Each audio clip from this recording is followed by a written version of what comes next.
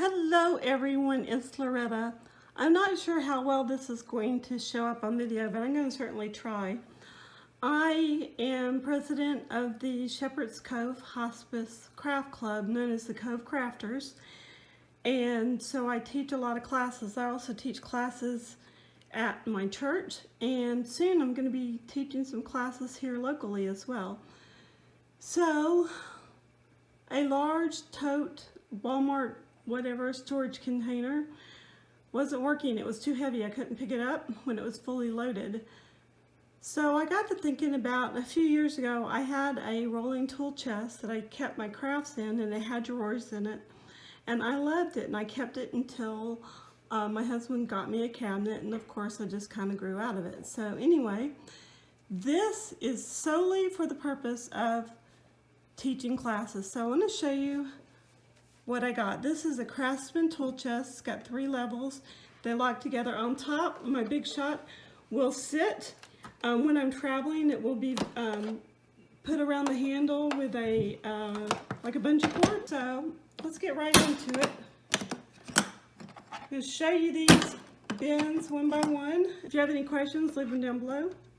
So the first is one of those divided tool chests. And in mine, staples, ink, this is just double-sided regular Scotch tape, double-sided tape, pins, staplers, and extra cutter blades and pins, regular ink pens and glue pens alike. There's a handle in the front, and you just pull it up and take it out your way. And as you can see, this is all of my glue guns and their cords. There is one thing of double-sided adhesive in there that doesn't really need to be in there, but that's what's in here, including some of the 3-prong adapters. I actually am missing a couple of power strips. I'm going to have to try to chase those down and get them back, but that's what's in here.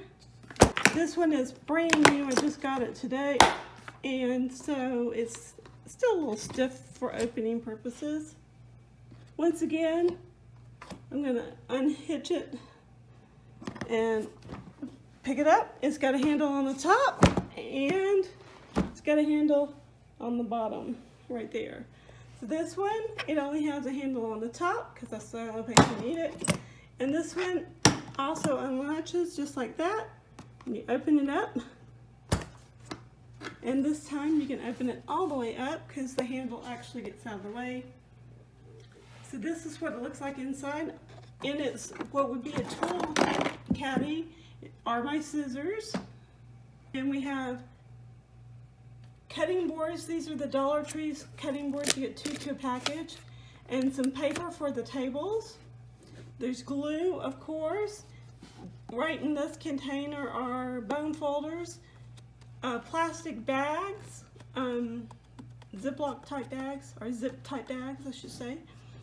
And there are some baby wipes for cleaning up tables, a roll of double-sided adhesive and some more tape, twist ties, and then down up underneath there, I'm not sure if you can see, are other class supplies that we may need or that I'm maybe using again. But there are some leftover scarecrows from our last project, and there's some double-sided foam adhesive and stuff like that. Then all I have to do is start closing it all up. Make sure that these are both open on either tab on either side.